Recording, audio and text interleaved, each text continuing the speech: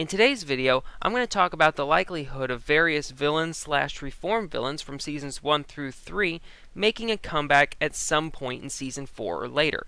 Why? Well, it just seems like it's becoming a thing. With Trixie and Discord both getting reformations in season 3, it seems to me like recurring villains are going to start becoming normal. So today, I'm going to talk about both the likelihood of them coming back and the level of anticipation that I have for those villains coming back. Oh no! Nightmare Moon!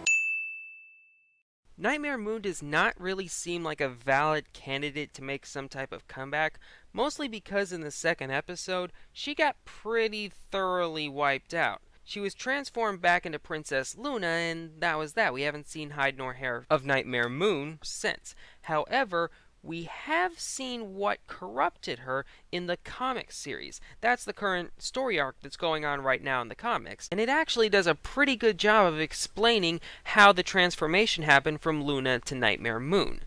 So, in the show, it's probably not happening since it's already happening in the comic books. You're kidding. You're kidding, right? Morning, Pinks! Gilda, this is my gal pal, Pinkie Pie. Hey, what's up? Gilda seems like a fan favorite to get her own redemption episode, and I can see plenty of reasons why. For starters, she's one of the few antagonists who didn't really get a proper send-off. She basically just said, "Fuck you guys," and went to the door, headed back to Gryffindor, or wherever the hell Griffins come from in this series. Which is a shame because she didn't really get a whole lot of characterization in Griffin the Brush-Off. A lot like Trixie didn't get a whole lot of characterization in Ghostbusters. Now Trixie got her redemption, and it made her a much more likable character. Not just for me, but for a lot of fans in general. So I could see a similar situation playing out for Gilda, and I would really, really like to see that happen. Whoa! That was sweet! Come one, come all, come and witness the amazing magic of the great and powerful Trixie!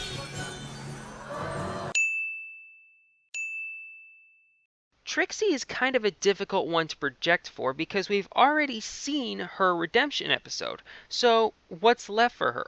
We've already seen her in her normal state, and we've already seen her in her aggro state.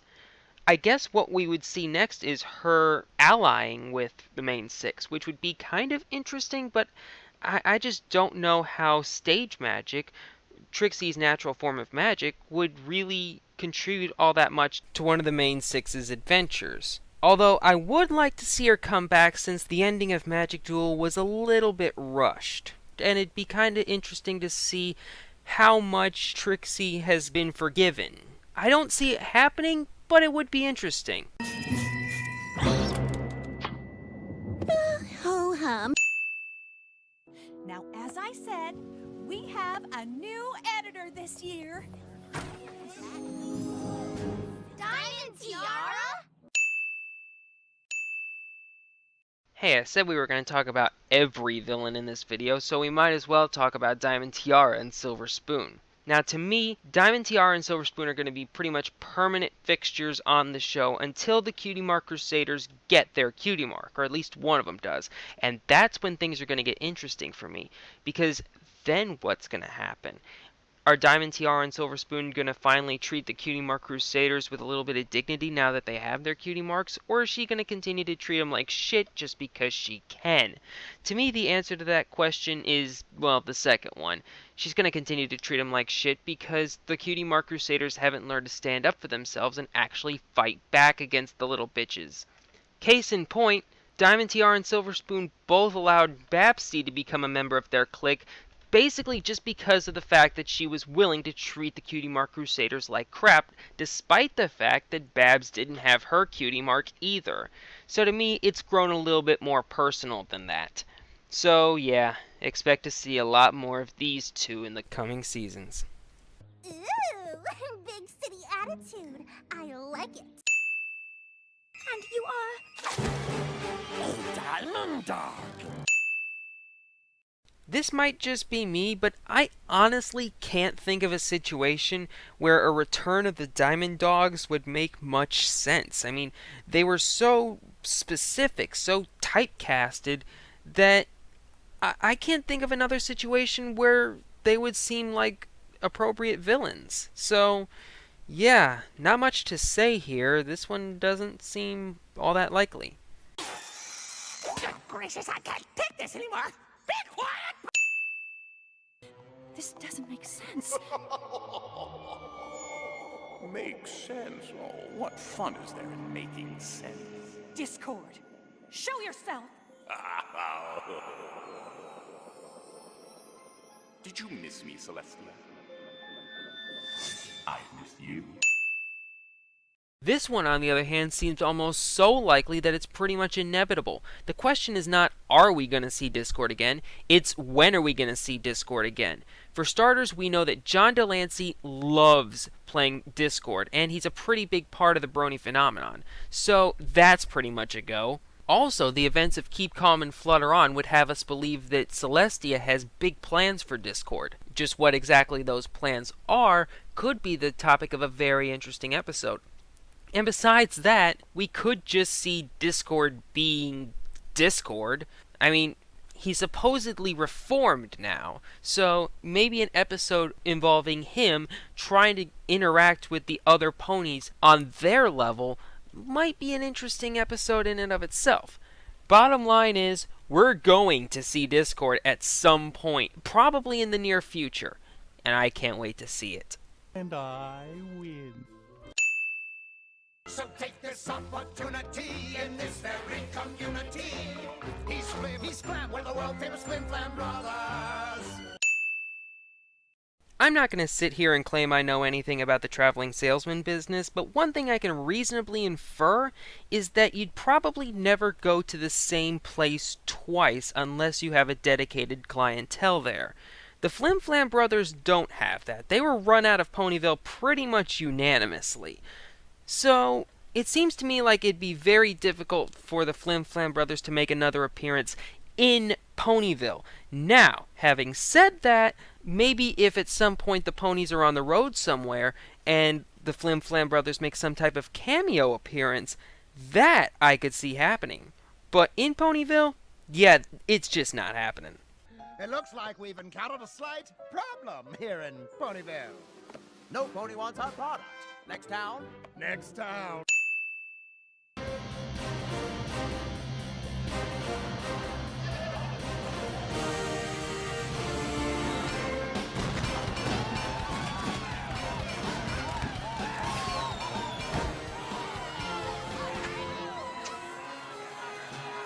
Welcome, friends.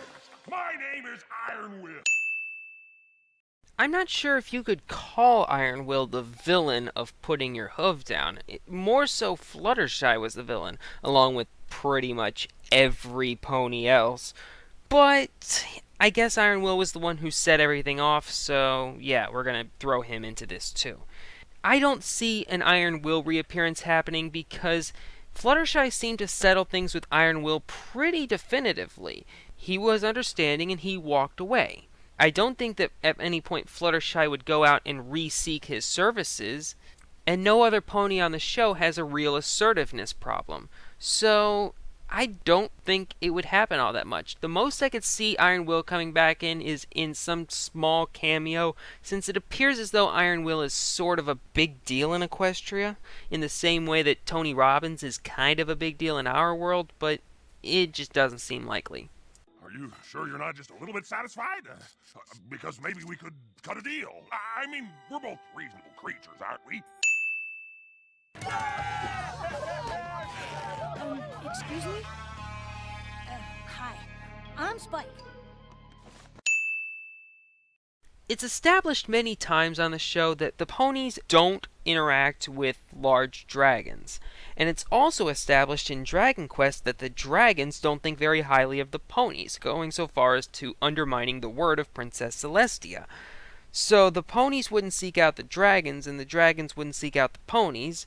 The only situation that I could see them possibly running into one another would be if it were by accident. And things usually aren't that random seeming in the world of Equestria. So, Garble and the rest of the teenage dragons probably aren't happening. Oh, they got away! I hate that!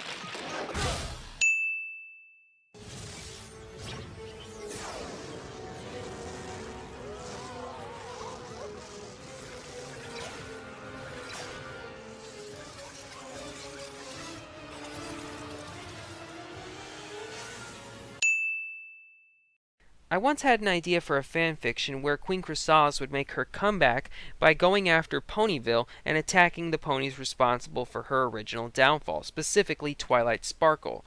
And then the comic book series did something very similar to that in its first story arc.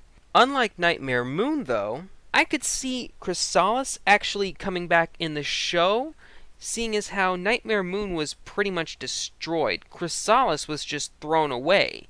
So I can't rule out the possibility of Chrysalis making a comeback on the show, but seeing as how it's already been dealt with in the comics, the likelihood of it doesn't seem very high. Aha. 1,000 years ago, King Sombra, a unicorn whose heart was black as night, took over the Crystal Empire.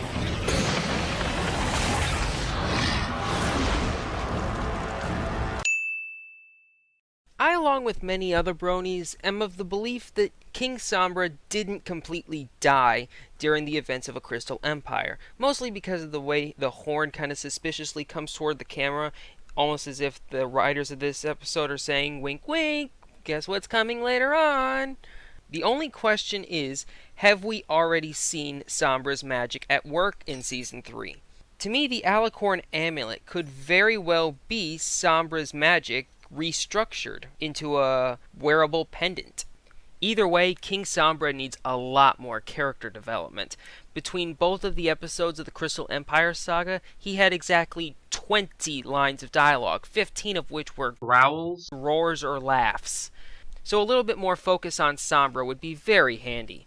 I think Sombra will make an appearance at some point in the show. However, if they do, he needs to be the main focus of the episode, like how Chrysalis was the main focus in the Canterlot Wedding Part 2.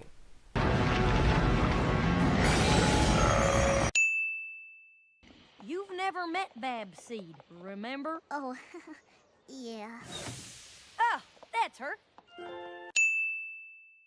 If we're gonna talk about reformed villains, I think we have to bring up Babseed. Even though she was only a villain for like half of her episode, she still was a villain who was reformed. I think that the odds of us seeing Babseed in the future are fairly high. We did get word at the end of One Bad Apple that she was planning on starting a Cutie Mark Crusaders branch in Manhattan. And during Apple Family Reunion, we found out that Babs had already found a couple of other members to join that branch. So I think that we could see in the future not only Babs appearing, but also an exploration of Manhattan where we meet those other two members of the Cutie Mark Crusaders. I'd like to see that. Plus, I love her accent. It's freaking adorable or something. Yeah, you got a problem with that? 500! Not bad. For a couple of newbies. Name's Lightning Dust. Rainbow Dash. I think that if we would have gotten that alternate ending of Wonderbolt Academy, then the odds of seeing Lightning Dust again in the future would be very low. And even if she does appear, it would only be in a minor cameo appearance. However, seeing as how her status as a Wonderbolt is still in question at this point, I kind of want to know what happened. Is she still a Wonderbolt? Does she hold a grudge against Rainbow Dash for getting her either demoted or kicked out of Wonderbolt Academy?